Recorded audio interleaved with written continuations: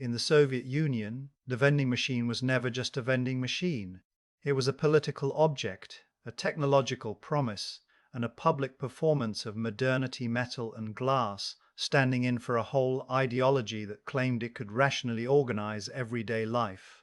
To understand what you could buy from these machines, you have to understand why the Soviet state cared about them in the first place, why it kept returning to the idea across different decades, and why the experiment ultimately collapsed under the weight of the very system that built it.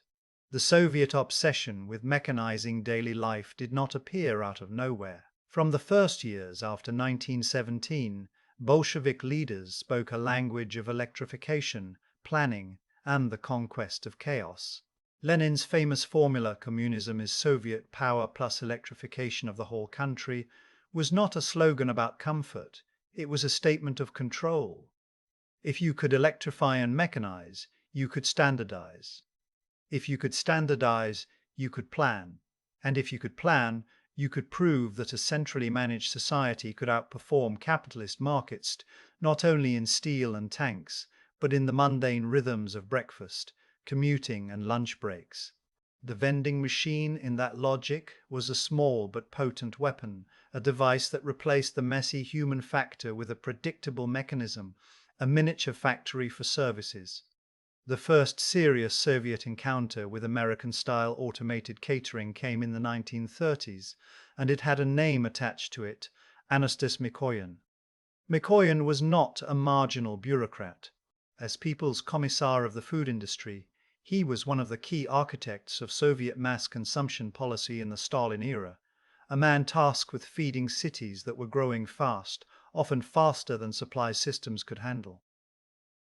In the early 1930s, the Soviet Union was in the middle of forced industrialization and collectivization, a period marked by brutal upheaval and catastrophic famine in several regions.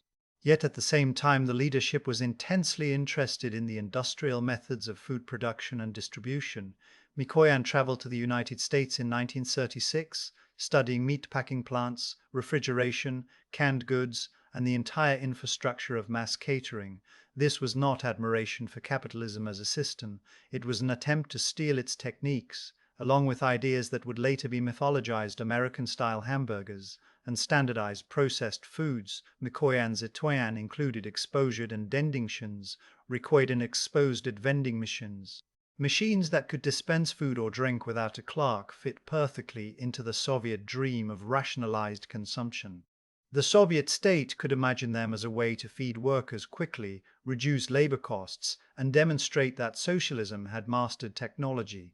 The machines were brought in, and the intention was to modernize catering on a wide scale. But intention and capability are different things. The late 1930s were not a stable platform for consumer experiments. The Soviet economy was being geared toward heavy industry and armaments. And then the catastrophe came. World War II. When Nazi Germany invaded the Soviet Union on 22 June 1941, the entire logic of the economy shifted to survival. Cities were evacuated, factories dismantled and moved east, and food became a matter of ration cards and endurance. Whatever early momentum vending machines had, it did not survive the war. The idea, however, did not die. It returned in a second wave during the 1950s, driven by a different leader, a different political atmosphere, and a different kind of rivalry. After Stalin's death in March 1953, the Soviet Union entered a period of de-Stalinization and cautious reform. Nikita Khrushchev rose to power and staked his legitimacy on improving living standards and proving that the Soviet system could deliver abundance. This was also the era when the Cold War was increasingly fought through images of everyday life, kitchens, supermarkets, consumer goods, and the promise of leisure. Khrushchev's visit to the United States in 1959 became a turning point in Soviet consumer symbolism. It is remembered for spectacle and confrontation, the era of the kitchen debate with US Vice President Richard Nixon. But it also functioned as a reconnaissance mission. Khrushchev saw American infrastructure not just as propaganda, but as a real operational challenge, a country that could supply ordinary people with a dizzying range of goods, delivered efficiently through retail systems the Soviet Union did not have. Automation in service machines that sold drinks, snacks, newspapers was part of that landscape. In the Soviet imagination, copying these devices promised a shortcut. If labor was scarce, if queues were politically embarrassing, if service kosher was inconsistent, then perhaps machines could impose order. So in the post-1905 atmosphere, vending machines began appearing more visibly in Soviet life. They showed up in cities, at factories, in metro stations, airports, and public spaces, wherever the state wanted to display motion, speed, and modernity. Their placement mattered. A vending machine in a metro station was not only about convenience. It was about staging the Soviet city as a streamlined organism where the worker moved efficiently from home to transport to workplace. Fueled by standardized services, the machine became a piece of urban theater, a promise that socialism could automate the mundane. What then could you actually buy? For most Soviet citizens, the vending machine experience began and ended with one thing: carbonated water. The soda machine became the iconic Soviet automaton, a metal box with a coin slot and a glass waiting like a ritual object. These machines were everywhere, and their ubiquity was not accidental. Carbonated water was relatively cheap to produce, easy to standardize, and it fit the Soviet emphasis on public health and temperance compared to hard alcohol. The machines typically offered plain soda or soda with fruit syrup. The syrup option mattered because it introduced a controlled sense of variety into an economy that often struggled to provide choice. The flavors depended on supply and region, but the structure was consistent: pay, choose, drink. And here the Soviet version revealed itself in a detail that still shocks people encountering it today: the shared glass cup. Instead of disposable cups, many soda machines provided a single-faceted glass, the kind associated with Soviet canteens resting on a metal tray. You would take the glass, fill it, drink, and then rinse it in a built-in washer integrated into the machine. The washer was a small nozzle or basin designed to blast water and clean the glass for the next person. This was not a quirky accident. It reflected the Soviet approach to public goods and material conservation. Disposable paper cups required a supply chain of paper and a steady flow of replacements. A shared glass implied durability and thrift. It also implied trust in public hygiene and collective norms. Trust that was not always warranted. The shared glass cup became a symbol with two faces. On one side, it was the Soviet claim that the collective could function, that people would follow rules, and that technology could mediate public behavior. On the other side, it exposed the fragility of that claim. If the washer failed, if the water supply was unreliable, if the glass was stolen or broken, the entire system degraded immediately. The machine could still stand there, humming with potential, but the experience would collapse into improvisation and disgust. And that pattern, grand technological promise, undermined by maintenance and supply, would repeat across Soviet vending experiments. Another common machine was the newspaper vending machine. Compared to soda machines, these were simpler, more mechanical, and in some ways more durable. They were placed in metro stations, underpasses, and train terminals where foot traffic was dense and commuters could buy the day's paper quickly. The idea aligned with a Soviet obsession with literacy, political education, and the distribution of official narratives. Newspapers were not just information, they were instruments of ideological cohesion. A machine that made them available without a clerk extended that instrument into the rhythms of daily commuting. These newspaper machines worked in a straightforward way: insert a coin, receive a paper. They were not sophisticated, but that was part of their strength. Fewer moving parts meant fewer breakdowns, their survival into the post-Soviet period, long after many other machines reflected that simplicity. Yet even they eventually disappeared, not so much because the concept failed mechanically, but because demand for printed newspapers declined and the economics of distribution changed. The Soviet-era device outlived the Soviet state, only to be erased by a different kind of modernization, digital media and collapsing print circulation. Then there were the more unusual vending machines, the ones that hinted at a Soviet desire to automate not only thirst and information, but also personal grooming and consumer pleasure. Some machines dispensed perfume and aftershave, often installed near hotels and hair salons. The location tells you the target audience: travelers, guests, people preparing for social presentation. In a society where many consumer goods were scarce or unevenly distributed, the ability to buy a small amount of fragrance from a machine carried a certain glamour. It suggested an urban sophistication that Soviet propaganda loved to display. But these machines also exposed the harsh reality of Soviet engineering and logistics in the consumer sector. Their spraying mechanisms broke easily and were difficult to repair. Perfume and aftershave required precise nozzles, seals, and consistent refills. Small failures could render the entire device useless. In a system where spare parts were slow to arrive and maintenance incentives were weak, such machines could not survive long. They disappear quickly, not because people didn't want perfume, but because the state could not support the delicate infrastructure required to keep the device functional. The most ambitious vending experiments went beyond single-purpose machines and moved toward entire self-service cafeteria spaces where the Soviet citizen could, in theory, feed themselves through a mechanized line of dispensers. These cafeterias were not just curiosities, they were political statements. The Soviet state had always treated public catering as a tool of modernization. If people ate in canteens, the state could standardize nutrition, reduce the burden on households, and integrate daily life into planned rhythms.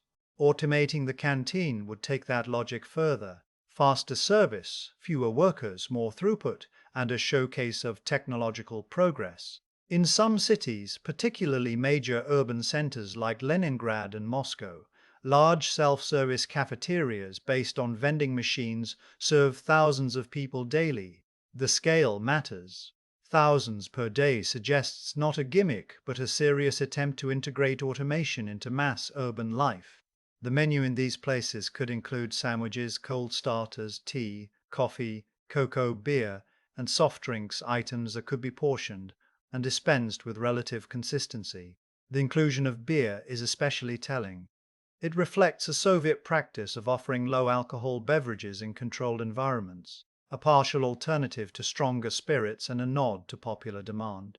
But the operation of these cafeterias revealed a peculiarly Soviet compromise between and bureaucracy. Customers often had to buy special tokens from a cashier to operate specific machines. This detail is more than quaint. It shows how the Soviet system struggled to fully trust or fully implement self-service. Tokens could standardize pricing and reduce coin handling complexity inside machines, but they also reintroduced the human bottleneck. You still had to queue at a cashier to get the tokens.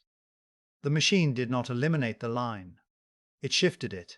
Over time, the trajectory of these cafeterias followed a familiar Soviet arc: early optimism, initial functionality, then gradual degradation. Equipment deteriorated. Menus worsened. The novelty faded. In a market system, a malfunctioning machine or declining quality would threaten revenue and push owners to repair or replace. In the Soviet planned economy, the feedback loop was weaker. A cafeteria could continue operating in a degraded state because its purpose was not only to satisfy consumers, but to fulfill planned targets, allocate labor, and maintain the appearance of service provision. When spare parts were delayed, when technicians were unavailable, when refills were inconsistent, the machines did not get better. They simply became part of the background of late Soviet life present, often broken, sometimes empty. There were also experiments that pushed vending logic into retail itself, the fully automate Gurukate. The very phrase sounds like science fiction, but it was attempted in at least one Moscow shop that operated almost entirely through vending machines. The assortment reportedly included staples such as milk, kefir, butter, bread, canned food, and household items, supervised by only one employee. The vision here was unmistakable: reduce staffing, reduce theft through controlled dispensing, extend hours, and demonstrate that socialism could mechanize distribution. Yet the very goods involved milk and fear, butter, bread reveal how hard the task was. These are perishable items with strict storage requirements, sensitive to temperature and handling. A vending machine selling canned food is one thing. A vending machine reliably dispensing dairy in a system prone to refrigeration failures and supply disruptions is another. The Moscow experiment demonstrated what Soviet planners wanted, a retail environment where the human element was minimized. But it also exposed what planners could not easily solve, the mundane complexity of keeping shelves, or in this case machine compartments, filled with the right products at the right time. To grasp why these machines mattered, you have to place them inside the Cold War competition of images. In the United States, the post-war decades were a golden age of consumer convenience and advertising, and vending machines were part of that landscape: coffee, soda, candy, cigarettes. In the Soviet Union, the leadership wanted comparable symbols. After 1945, the USSR emerged as a superpower, but its cities had been devastated and its consumer sector lagged far behind its military-industrial complex. The state could build rockets and nuclear weapons, but it struggled to provide sausages consistently. This contradiction became increasingly visible, especially as Soviet citizens heard rumors, saw foreign films, or encountered Western visitors, offered a way to project competence without fully solving deeper structural problems. And those structural problems were not mysterious. They were embedded in the planned economy's incentives and bottlenecks. Vending machines are not only machines, they are systems. They require steady production of parts, reliable logistics for refilling, consistent quality control, and rapid maintenance response. They require someone to care when they break. In the Soviet administrative landscape, responsibility was often fragmented across ministries and enterprises. A machine might be manufactured by one factory, serviced by another organization, supplied by a third, and installed in a location controlled by a fourth. If it broke, the question of who was accountable could become a bureaucratic maze, and if it stood empty, the cause might be upstream: a shortage of syrup, a disruption in glass production, a transport delay, a failure to meet planned targets in a related sector. The soda machine, again, is the perfect case study. On paper, it was simple: carbonated water and syrup. In practice, it depended on commuters supplies, clean water, functioning refrigeration or cooling where needed, durable valves, and a steady stream of syrup concentrate. It also depended on coins or tokens, which meant the machine's acceptance mechanism had to be calibrated and protected from fraud. Any weak link could ruin the experience. A machine could become a monument to malfunction: a sticky button, a jammed coin slot, a broken rinse nozzle. The Soviet citizen learned to approach with skepticism, to test, to improvise. The machine was modernity, but modernity with asterisks.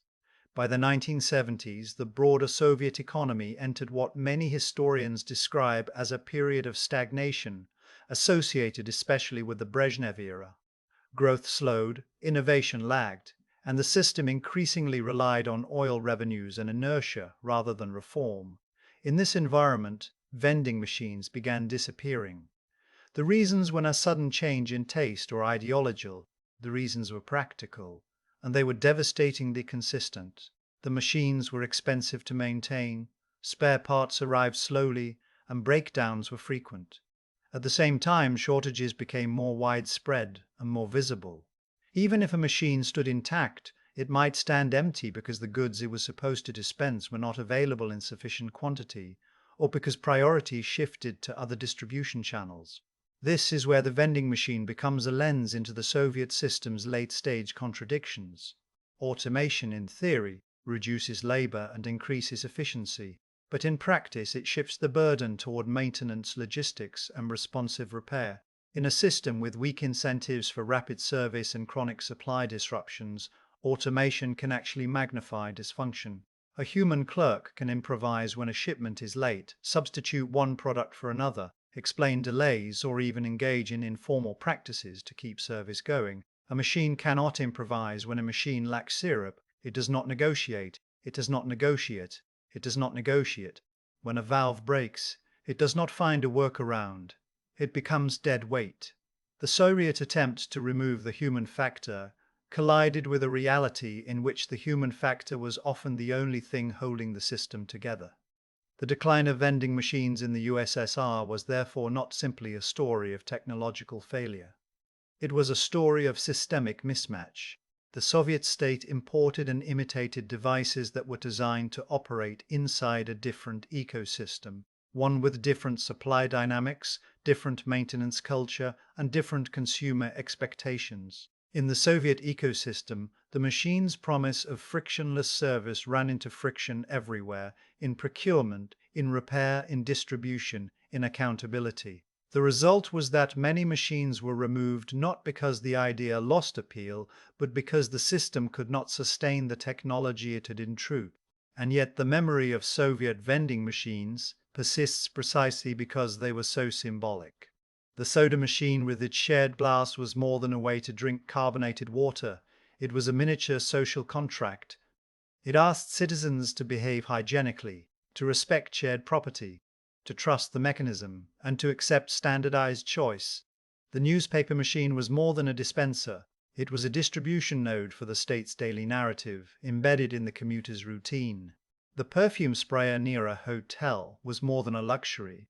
It was an attempt to mechanize sophistication, to offer a controlled taste of consumer pleasure without building a full consumer economy. The automated cafeteria was more than a place to eat.